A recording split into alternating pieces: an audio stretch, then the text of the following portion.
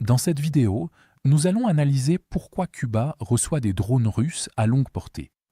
Les États-Unis ont progressivement accru la pression sur Cuba, alors que des responsables américains intensifient leur rhétorique selon laquelle Cuba représenterait une menace nationale pour les États-Unis. Cependant, le transfert par la Russie de capacités de drones à Cuba pourrait transformer ce qui semblait n'être qu'un théâtre politique en une véritable nouvelle menace militaire pour les États-Unis. Les liens étroits de Cuba avec l'État russe se sont peut-être récemment renforcés, avec l'acquisition de plus de 300 drones d'attaque de type Shahed en provenance de Russie, largement utilisés dans la guerre contre l'Ukraine. La Russie a passé des années à perfectionner la gamme iranienne Shahed pour en faire sa propre version améliorée, connue sous le nom de Géranium, en optimisant la navigation, la vitesse, la portée, les contre-mesures et la capacité d'emport.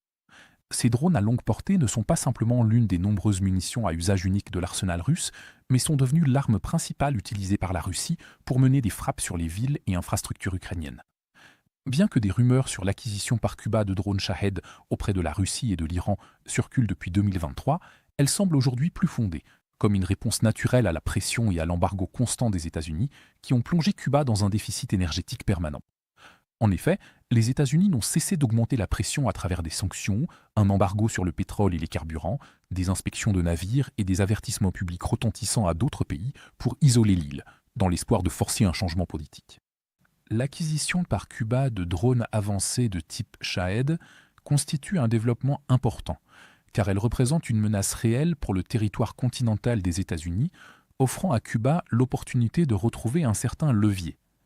Les Shahed ont déjà joué un rôle déterminant pour semer le chaos contre les bases américaines dans le Golfe, les États-Unis s'étant révélés incapables de faire face durablement à une telle menace sans recourir à des missiles patriotes bien plus coûteux. Cela signifie que si Cuba a reçu ne serait-ce qu'un lot limité de drones Shahed, ce serait la première fois que les États-Unis font face à une menace qu'ils se sont jusqu'ici montrés incapables de contrer, et ce, aussi près de leur territoire.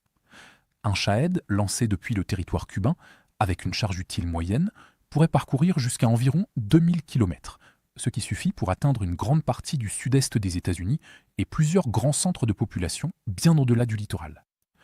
Bien que les responsables russes nient publiquement tout transfert de drones avancés à Cuba, leur écosystème médiatique raconte une toute autre histoire. La différence est frappante, car les commentateurs, analystes proches de l'État et influenceurs militaires saluent ouvertement l'idée d'armer Cuba avec des systèmes tels que les drones Géranium, capables de faire pression en retour sur les États-Unis. Ils présentent cela comme une réponse au soutien américain à l'Ukraine et aux sanctions contre la Russie, désignant Cuba comme un lieu où la Russie peut aider un allié à rester indépendant. Ces remarques, lorsqu'elles sont pertinentes, tiennent compte du fait que lorsque la Russie souhaite agir sans assumer directement la responsabilité, elle s'exprime souvent par l'intermédiaire de son écosystème médiatique, plutôt que par ses diplomates. Pendant ce temps, les États-Unis ont déjà donné l'ordre de retenir et d'inspecter tous les navires à destination de Cuba. Cela pourrait indiquer que les États-Unis s'attendent à plus qu'une cargaison de routine et cherchent à intercepter des livraisons d'armes, comme les drones Shahed, avant qu'elles ne soient déployées. Cependant, ces inspections pourraient également servir à poursuivre la stratégie de pression sur Cuba, laquelle, combinée à cette nouvelle menace déclarée de drones, pourrait déboucher sur une action militaire plus large contre le régime.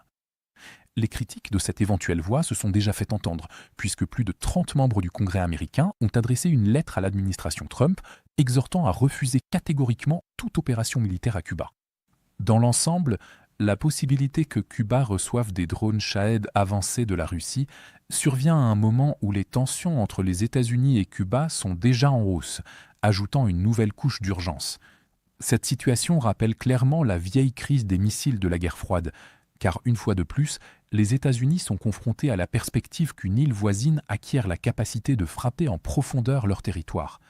La différence aujourd'hui, c'est que la menace provient de drones longue portée bon marché, plutôt que de missiles nucléaires, mais l'impact stratégique reste important. De plus, alors que l'administration américaine tente actuellement de se remettre de l'échec du changement de régime en Iran, la diversion vers une autre menace potentielle, plus proche du territoire national, augmente les risques d'escalade, dans le but d'obtenir une victoire politique rapide. Pour regarder les images de combats non censurées que nous avons utilisées dans ce reportage, consultez notre carte d'actualité interactive.